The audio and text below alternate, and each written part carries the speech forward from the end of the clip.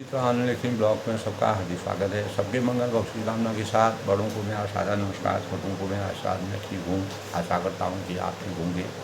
आज के रामचरितमानस के अयोध्याकांड के प्रसंग में दोस्तों, यानी भरत जी ने अपने मन की बात चित्रकूट के वन में जब भगवान रामचंद्र जी को बताई और उन्होंने कहा कि हे नाथ, आपके लौटने में आप जब अयोध्या को लौटेंगे तो सबका स्वार्थ जो है, सबकी अपेक्षाएं पूर्ण हो जाएंगी और आपकी आज्ञा का पालन करने में करोड़ों प्रकार से सभी का कल्याण होगा। और यही स्वार्थ और परमार्थ का सार निचोड़ है। समस्त पुण्यों का फल और संपूर्ण यानी जो शुभ गतियों का श्रृंगार है। तो हे देव, आप मेरी एक विनती सुनकर फिर जैसा उचित हो वैसा कीजिएगा। यानी राज तिलक की सब सामग्री सजाकर हम लोग लाए हुए हैं। इसी ध्येय से, इसी लक्ष्य को अपने अंतःकरण में रखते हुए मैं संकोच बस आपसे नहीं कह पा रहा था, लेकिन जब आपने मुझे आज्ञा दे दी और समर्थ को नहीं दोष पुसाई, तो मुझे उसको कहने का साहस हुआ और मैं हमेशा के लिए वन में रह सकता हूँ। 14 वर्ष के बाद भी आप और लक्ष्मण जो हैं वो अयोध्या को लौट जाइए। जो प्रभु का मन माने तो उसे सफल कीजिए। भगवान यानी सबको, अयोध्यावासी माताओं और गुरुओं और सभी भाइयों के कल्याण की बातें यह हैं। इस प्रकार छोटे भाई शत्रुघ्न सहित मुझे वन में भेज दीजिए। सानुज पठियम मोहि बन कीजऊँ सबई सुनाथ। और अयोध्या लौट करके सब प्राणी हैं, पशु हैं, पक्षी हैं, अयोध्या के वासी हैं, सबका कल्याण उसी में निहित है। नहीं तो किसी तरह भी यदि आप अयोध्या जाने को तैयार न हों तो हे नाथ, लक्ष्मण और शत्रुघ्न दोनों भाइयों को लौटा दीजिए और मैं आपके साथ यानी चलो। इस प्रकार से उन्होंने अपने भावों का विचार मंथन किया। अब आगे भगवान क्या परिणाम स्वरूप कीन अनुग्रह अमित अति सब विधि सीता नाथ करि प्रणाम बोले भरतु जोर जल जगु। हाँ, यानी श्री जानकी जी नाथ श्री रामचंद्र जी ने सब प्रकार से मुझ पर अत्यंत अपार अनुग्रह किया है। और तदंतर भरत जी ने दोनों कर कमलों से उनका अनुनय विनय करके हाथ जोड़ करके प्रणाम करके वो बोले कि हे स्वामी, हे कृपा के समुद्र, हे अंतर्यामी, अब मैं अधिक क्या कहूँ और क्या कहाऊँ। गुरु महाराज को प्रसन्न और स्वामी को अनुकूल जानकर मेरे मलिन मन में कल्पित पीड़ा मिट गई। तो मैं मिथ्या ही, मतलब भरत जी कहते हैं डर के मारे मिथ्या ही डर गया और मेरे सोच की जड़ ही न थी। दिशा को भूल जाने के कारण हे देव, सूर्य का दोष नहीं है, क्योंकि सूर्य अपने दिशाओं में विचरण करता रहता है। मेरा दुर्भाग्य माता की कुटिलता और विधाता की टेढ़ी चाल और काल की समय की कठिनता के कारण मैं अपयश का भागी बना। भरत जी ने यह भी कहा, इन सब ने मिलकर मेरे प्रण करके मुझे नष्ट कर दिया था, परंतु शरणागत के रक्षक आपने अपना शरणागत की जो रक्षा की, प्रण निभाया और मुझे बचा लिया। यह आपकी कोई नई रीति नहीं है, यह लोक और वेदों में प्रकट है, कहीं भी छिपी नहीं है। अर्थात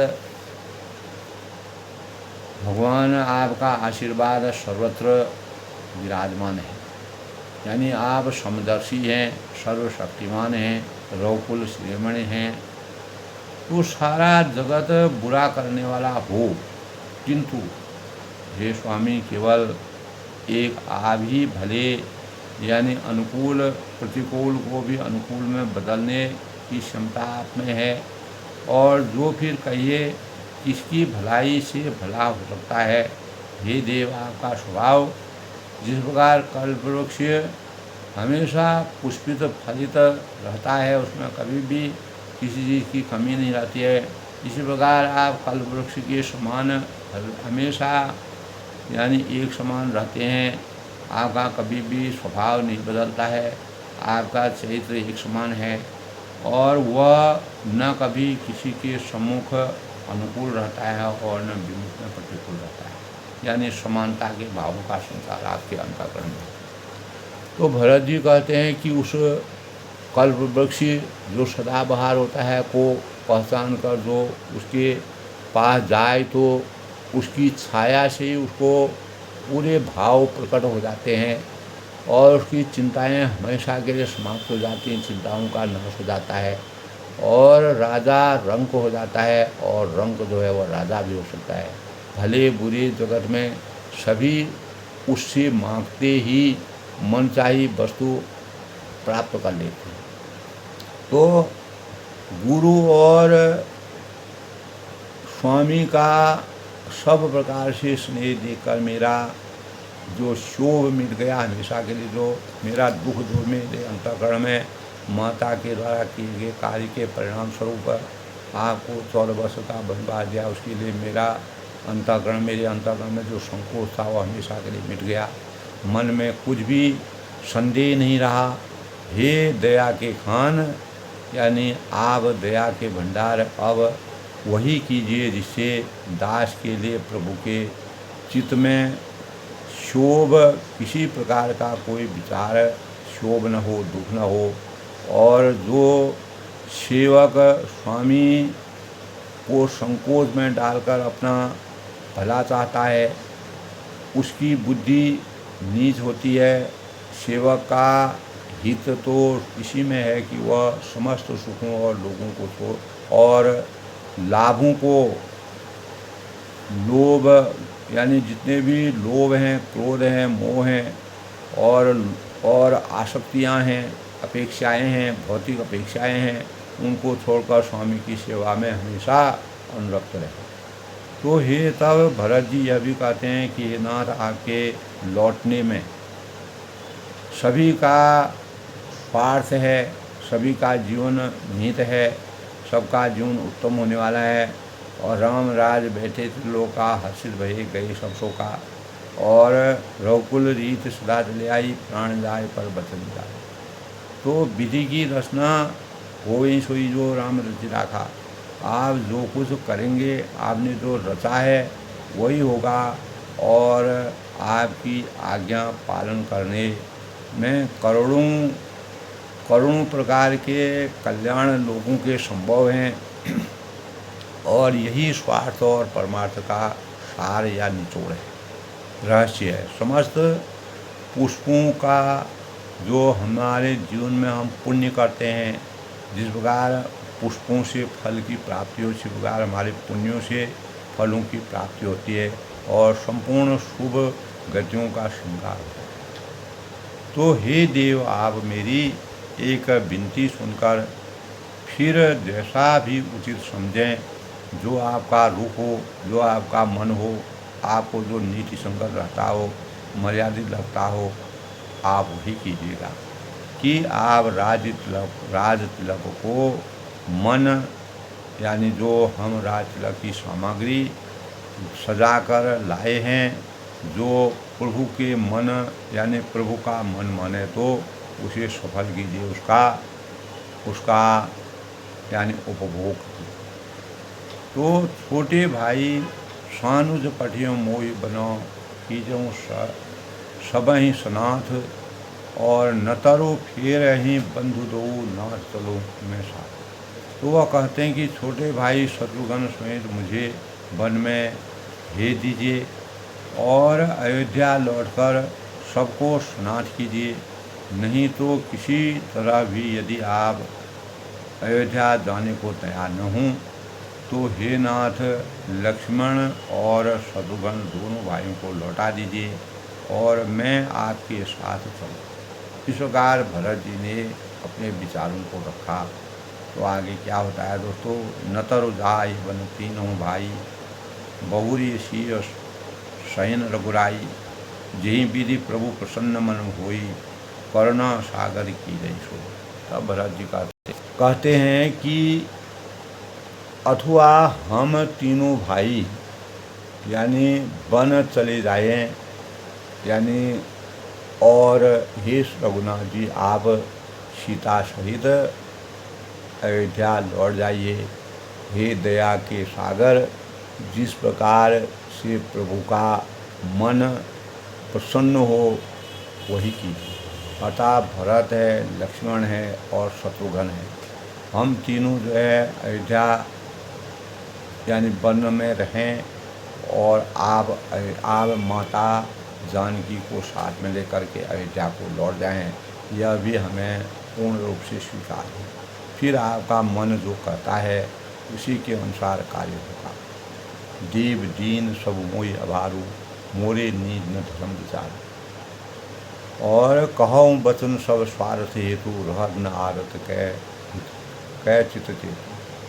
तो हे देव आपने सारा भार जो जिम्मेदारी है मुझ पर रख दी है, पर मुझ में न तो नीति का विचार है, अर्थात मैं मर्यादित जीवन यापन नहीं करना चाहता हूँ और नहीं कर सकता हूँ।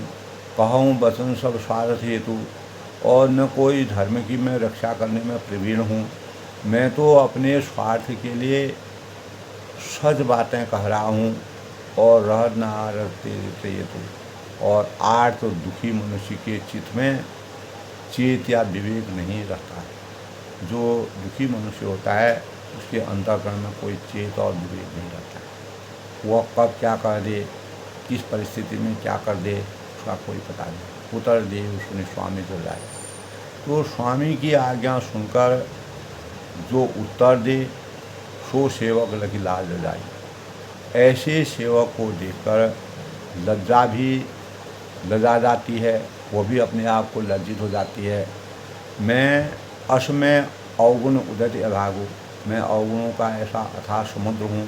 भरत जी कहते हैं कि प्रभु को उत्तर दे रहा हूँ और उनसे इस प्रकार का प्रश्न कर रहा हूँ, किंतु स्वामी स्नेह सराहत साधु, किंतु स्वामी आप स्नेहवश साधु कहकर मुझे सराहते हैं, मेरा आदर करते हैं, सम्मान करते हैं और धातुत्व प्रेम की परम पराकाष्ठा का के भावों का संचार करते हैं। आप ममता स्नेह प्रेम के भंडार हैं। अब कृपाल मोहि सोमत बहावा, हे कृपाल अब तो वही मत मुझे भाता है जिससे स्वामी का मन संकोच में ना हो, सकुच स्वामी मन जाए न पावा। और प्रभु पद शपथ कहूँ सति भाव, और प्रभु के चरणों की शपथ मैं लेता हूँ, मैं सौगंध लेता हूँ कि मैं सत्य भाव से कहता हूँ कि जगत के कल्याण के लिए एक यही उपाय है। अगर इस सृष्टि का कल्याण होता है, अयोध्या का कल्याण होता है, पूरी प्रजा सुखी रहती है, संसार में अगर सुख का हमेशा के लिए अगर सृजन होगा तो ऐसे भावों से ही होना सुनिश्चित है। प्रभु प्रसन्न मन सकुल तजी, जो जही आज देव, सो सिर धरि धरि करें सबू मिटहीं अनल और। तो प्रसन्न मन से संकोच त्याग कर प्रभु जी से जो आज्ञा देंगे उसे सब लोग सिरोधार्य करेंगे और अपने सिर चढ़ाकर उसका अनुपालन करना सुनिश्चित करेंगे। सो सिर धरि धरि करें सबू मिटहीं अनल अबोध, और सब उपद्रव और उलझनें उनकी हमेशा के लिए समाप्त हो जाएंगी। आपके आशीर्वाद का इतना प्रभाव। तो भरत वचन सुचि सुनि सुर हर्षे, साधु सराय सुमन सुर वर्ष। तो भरत जी के इस प्रकार के पवित्र और मधुर वचनों को सुनकर देवताओं में अपार हर्ष की अनुभूति होती है और साधु सराय सुमन सुर वर्ष है जो सज्जन साधु साधु कह करके भरत जी की प्रशंसा करके सुहावनी बात करते हुए देवताओं ने आसमान से स्वर्ग से फूल बरसाए, असमंजस बस अवध निवासी अयोध्यावासियों में अयोध्यावासी सारे असमंजस के बस में हो गए, कुछ समझ में नहीं आ रहा है। और कि प्रमोदित मन तापस वनवासी, और देखें कि अब श्री रामचंद्र जी का क्या निचोड़ होता है, क्या वह कहते हैं। और तपस्वी तथा वनवासी जो लोग हैं सब रामचंद्र के वन में बने रहना आशा के अनुकूल समझते हैं और मन में परम आनंदित होते हैं। भगवान राम जी को वन में ही रहना वनवासियों के अंतःकरण में ये बात विराजमान है। चुपाई रही रघुनाथ सकोची, प्रभु गति देखी सभा सोची, जनक दूत कहीं अवसर आए, मुनि वशिष्ठ सुनि भी बुलाए। तो तब वह कहते हैं कि किंतु संकोची श्री रघुनाथ जी ने चुप ही रह लो, कुछ भी नहीं कह पाए। किंग कर्तव्य यानी शब्दहीन हो गए, प्रभु को कुछ कहते नहीं बनता है। किंतु संकोची प्रभुनाथ चुप रह गए। प्रभु की यह स्थिति मौन यानी मौन रह करके देखकर सारी सभा सोच में पड़ गई। और उसी समय जनक जी के दूत आए, तो यह सुनकर मुनि वशिष्ठ जी ने उन्हें तुरंत बुलवा लिया। यानी जनक दूत के अवसर आए, उसी पल में जनक जी द्वारा भेजे हुए दूत आए और मुनि वशिष्ठ सुनि बेग बुलाए। तब मुनि वशिष्ठ ने उनको तुरंत बुलाया। करे प्रणाम तिन राम निहोरी, देश देग भय पर दिखाया। तो उन्होंने यानी आकर प्रणाम करके श्री रामचंद्र जी को देखा, उनके स्वरूप को देखा और बेश देग भय निपर दुखारे, उनका मुनियों का सा बदकल वस्त्रों को धारण करके उनका जो पूरा स्वरूप ही बदल गया था, वेश सन्यासी जीवन यापन कर रहे थे। इस वेश को देख करके जनकवासी जो है बहुत ही दुख का अनुभव करने लगे। दूतन मुनिवर बूझी बाता। तब मुनि श्रेष्ठ वशिष्ठ जी ने दूतों से बात पूछी कि कबों विदे भूप कुशलादा कि राजा जनक का कुशल समाचार कहो, ठीक हैं, जनक जी के क्या समाचार हैं। यानी सुनि सकुचाए नाथ मही गाथा। तो यह मुनि का कुशल प्रश्न सुनकर जो मुनि ने उनके बारे में पूछा था जनक जी के, वह संकोच में पड़ गए। बोले सर बर भलोरे हाथा, सकोच बस वह सकुचाकर पृथ्वी पर मस्तक नवाकर वे श्रेष्ठ दूत हाथ जोड़कर बोले। क्या बोले? बूझऊँ रावण सादर साधे। हे स्वामी, आपका आदर के साथ पूछना यही है कि गोसाई कुशल का कारण हो गया, अर्थात यही हे गोसाई कुशलता का कारण हो गया। ना ही न कौशल नाथ के, नहीं तो ही नाथ कुशल सीम के सब कौशलनाथ दशरथ जी के साथ ही चली गई है। साथ कुशल गई रांच, मिथिला अवध विशेष हैं। और उनके चले जाने के बाद यानी राजा दशरथ जी के स्वर्गवास हो जाने के बाद दूत कहते हैं कि यूँ तो सारा जगत ही अनाथ जैसा हो गया है, अयोध्या और मिथिलापुरी भी अनाथ जैसी हो गई है। स्वामी के बिना सब असहाय हो गया। तो किंतु तें मिथिला और विशेष तें जब सब भयो अनाथ। किंतु मिथिला और अवध तो विशेष रूप से अनादर है। तो इस प्रकार जो है दूतों के बातों को सुनकर के वह बड़े मुनि वशिष्ठ जी और भगवान रामचंद्र जी सब इस प्रकार का चिंतन मनन कर रहे थे। इतने में ही जनक जी के दूत आए, कौशलपति गति सुने जनकोरा। तो अयोध्यानाथ की गति दशरथ जी का मरण सुनकर वे सब लोग पर बोला सुनकर जनक जी और पूर्ववासी सभी लोग शोकवश यानी बावले हो गए। और जेही देखे तेही समय भी देहू, सब अपने अपने सुध बुध भूल गए थे। उस समय जिन्होंने विदेह को यानी शोक मग्न देखा, नाम सत्य अस लागन के, उनके किसी को भी ऐसा न लगा कि उनका विदेह देह अभिमान सहित नाम सत्य है। क्योंकि देह अभिमान से शून्य पुरुष को शोक कैसा, यानी जो शून्य पुरुष है उसको अभिमान, यानी मानव शून्य से पैदा होता है और शून्य में ही चला जाता है। तो रानी कुचाल सुनत नर पाले, रानी की कुचाल सुनकर राजा जनक जी को कुछ सूझ न पाया। वह बहुत ही कष्ट में पड़ गए। सूझ न कसु जन मणि ब्याल ही, और जैसे मणि के बिना सांप अपने को असहाय समझता है, अपने को आधा समझता है, भरत राज रघुवर वनवासी। फिर भरत जी को राज्य और श्री राम जी को वनवास सुनकर हा मिथिलेश हृदय उठा, जनक जी ने के हृदय में बहुत ही दुख हुआ। और तब बातों को सुनकर सब सभा में उपस्थित लोग उनकी बातों को सुनते रहे। नभ बूझे बुध सचिव समाजू, तब राजा ने विद्वानों और मंत्रियों के समाज में पूछा कि विचार कर कहिए, कहूँ विचार उचित व आजू, कि आज इस समय क्या करना उचित है।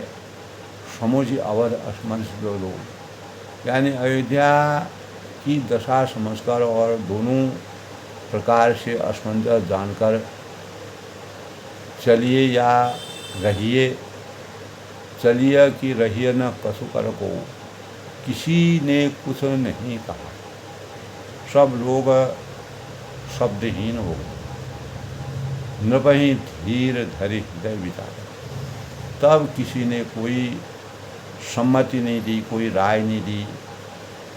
नृपहि धीर धरि हृदय विचारी, तब राजा ने धीरज धरकर हृदय में विचार कर 4 चतुर गुप्तवर जासूस अयोध्या को भेजे और बूझ भरत सतिभाव स्वभाव, और उनसे कह दिया कि तुम लोग श्री राम जी के प्रति भरत जी के सद्भाव, अच्छे भाव, प्रेम का दुर्भाव, बुरा भाव, विरोध का यथार्थ पता लगाकर आयुष वेग न होई लगाओ, पता लगाकर जल्दी लौट आना और किसी को तुम्हारा पता न लगने। अर्थात भरत ने कोई कुचाल तो नहीं चली है भगवान राम जी के प्रति। तो राजा ने इस प्रकार से गुप्तचरों को भेजा और पूरा पता लगा करके उन्होंने पता किया।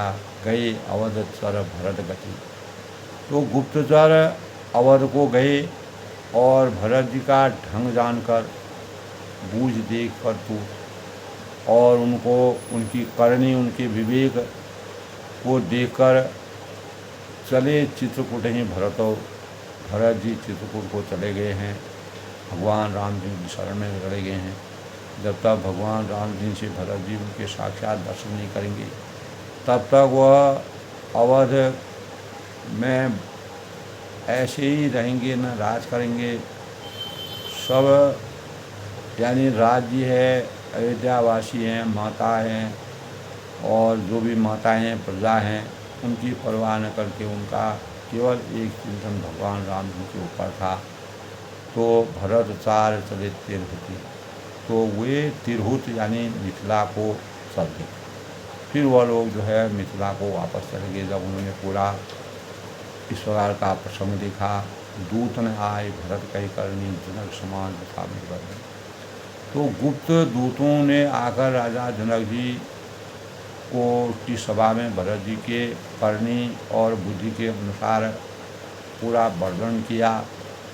सुनि गुरु परिजन सचिव महीपति, ये सब शोध संयोग दिखा रहे थे।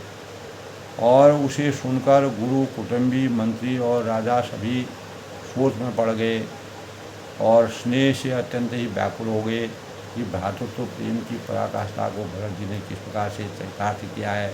धैर्य धीरज करी भरत बढ़ाई। तब जनक जी ने अपने अंतःकरण में धीरज धरकर भरत जी की बड़ी प्रशंसा की, लिए सुबह साहनी बुलाई, अच्छे योद्धाओं और साहनियों को बुलाने का प्रयास किया, बुलाया। घर पूर्व देश राज रखवाले और नगर, घर और नगर और देश में रक्षकों को रखकर घोड़े, हाथी, रथ आदि बहुत सी सवारियाँ सजवाने के लिए उन्होंने कहा। सुथरी साज चले तत्काला, किए विश्राम मगमय पाला, हो रही आज नहाय प्रयागा चले जमन सब। तो इसी प्रकार इस पूरा प्रसंग को सुनकर जनक जी ने भी दुघड़िया मुहूर्त साध कर उसी समय चलने का, यानी चित्रकूट में चलने का निर्णय लिया और राजा के रास्ते में कहीं विश्राम भी नहीं किया। और आज ही सवेरे प्रयागराज में वह स्नान करने के लिए पहुँचे, जब सब लोग यमुना जी से उतरने लगे। तो खबर लीन हम पठी न था, तीन कहीं असमयी नाउमा था। तो तब हे नाथ हमें खबर लेने को भेजा, पूरा रहस्य, पूरा खबर, भरत जी कैसे हैं, राम जी कैसे हैं, किस प्रकार का वातावरण हो रहा है। तो उन्होंने दूतों से ऐसा कहकर पृथ्वी पर सिर नवाया, यानी जमुना जी के तीर पर पहुँचे, वहाँ स्नान किया, 7 किरात 6 लेने। और मुनि श्रेष्ठ वशिष्ठ जी ने कोई 6-7 भीलों को साथ देकर दूतों को तुरंत विदा कर, और दूतों को विदा करके भरत जी ने अपना कार्य आगे को बढ़ाने का प्रयास किया। सुनत जनक आगमन सबो। जब जनक जी का आगमन सुनकर अयोध्या का सारा समाज प्रसन्न चित्त हो गया, हर्षित हो गए। सारा समाज में प्रसन्नता की लहर दौड़ी। रघुनंदन ने सकोच बढ़ा। श्री राम जी को बड़ा संकोच हुआ कि बड़ शोर दिवस सुरराज, देवता इंद्र तो विशेष रूप से सोच के बस में हो गए। इस प्रकार दोस्तों आज के रामचरितमानस में जब जनक जी को राजा दशरथ के स्वर्गवास की सूचना मिली, भरत जो है चित्रकूट में पहुंच गए। उन्होंने अपने गुप्तों के द्वारा भरत जी के चरित्र को का जानकारी करने के लिए अयोध्या में अपने गुप्तचरों को भेजा। तो भरत जी उसी समय चित्रकूट की तैयारी कर रहे थे। तो जनक जी ने इस बात को सुन कर के अपने अंतःकरण में किसी प्रकार के संकोच से रहित होकर के भरत जी की भूरी भूरी प्रशंसा की। और यही मान मर्यादा का सबसे बड़ा स्वरूप है। और जनक और दशरथ जी आपस में एक ही विचारधारा के राजा थे। और भगवान रामचंद्र के पिता दशरथ जी और माता सीता के पिता जनक जी ने तब वन में चित्रकूट में जाना गए और अपने भावों की समीक्षा की। और भगवान रामचंद्र जी के दर्शन, साकार दर्शन प्राप्त कर भरत जी की प्रशंसा करते हुए तुलसीदास जी ने इस प्रकार का पारिवारिक और सामाजिक रहस्य का वर्णन किया है, जो रामचरितमानस का एक रहस्यमय प्रसंग है। तो आज के प्रसंग में सबके मंगल और शुभकामना के साथ मैं अपनी वाणी को विराम देता हूँ। कल फिर मिलते हैं, तब तक के लिए मैं फिर अभिनंदन, सबका स्वागत, जय श्री राम के साथ अपनी वाणी को विराम देता हूँ। जय श्री राम।